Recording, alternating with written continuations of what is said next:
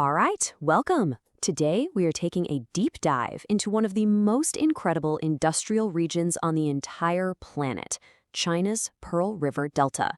Now, this is a place that doesn't just build our gadgets, it builds the very idea of manufacturing, and at a speed that is honestly just mind-boggling. So, let's get into it and see how it all works.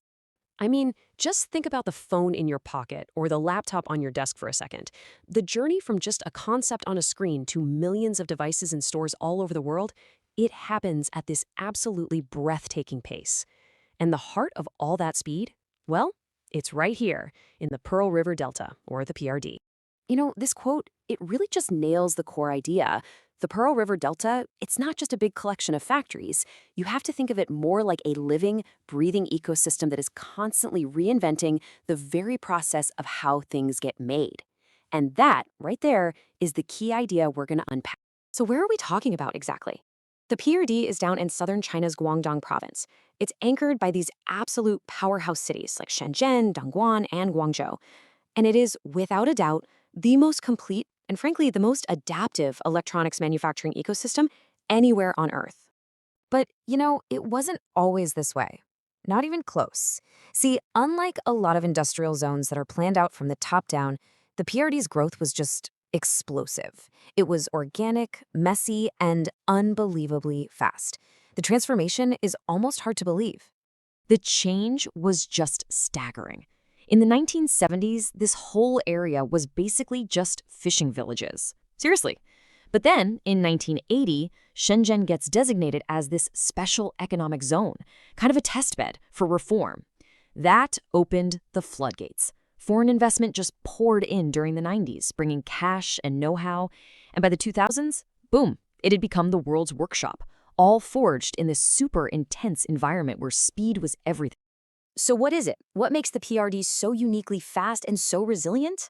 Well, the secret isn't just cheap labor or government help, although, yeah, those were part of the story. The real magic, the secret sauce, is in the incredibly dense and fluid structure of its supply chains. This is the key. You have to understand this concept, supplier density. Okay, imagine you need a very specific screw, or maybe a custom plastic part, or printed circuit board. Well, in the PRD, there are literally thousands of specialized suppliers for every single component you could ever dream of, and they're all just a few kilometers away from each other. This incredible closeness just collapses the production time, taking it from weeks or months down to just a few days. It's insane. And all that density creates this really deep, layered system. So at the very bottom, you've got thousands of these tiny little workshops making the most basic parts.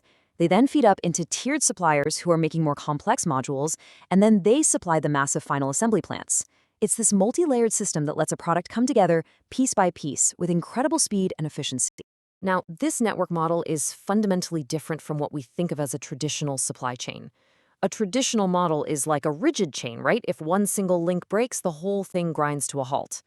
The PRD model, though, it's a fluid network. If one supplier fails or gets too busy, there are dozens of others literally down the street ready to step in immediately.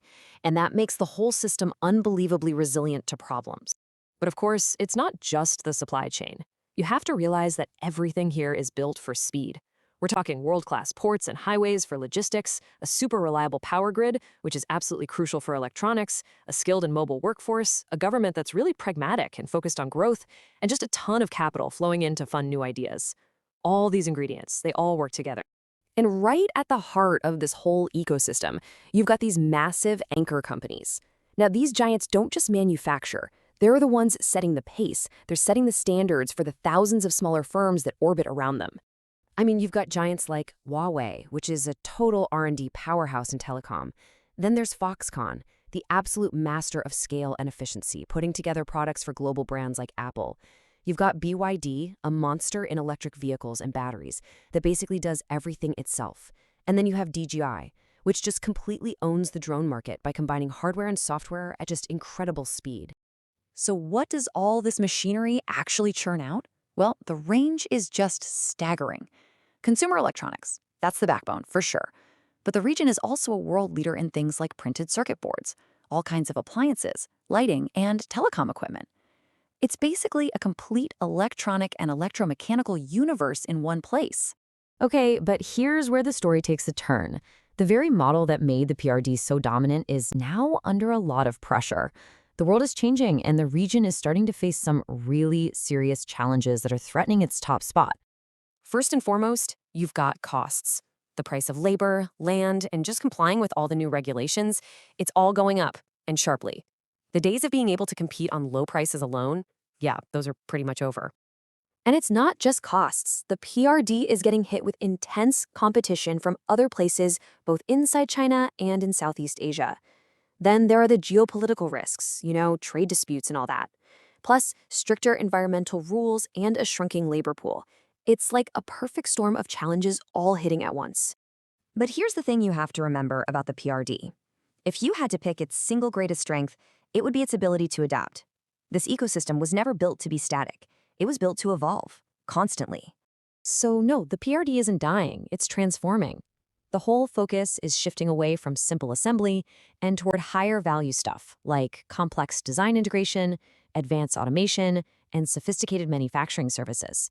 It's becoming less about being the hands and more about being the brain of global manufacturing. And that brings us to the big final question, doesn't it? This entire system was engineered for speed and for scale. But as the global economy shifts and it faces all these new pressures and new priorities, you have to ask, is an ecosystem that was built for speed also built to last? That really is the critical question for the future of manufacturing. Thanks for watching.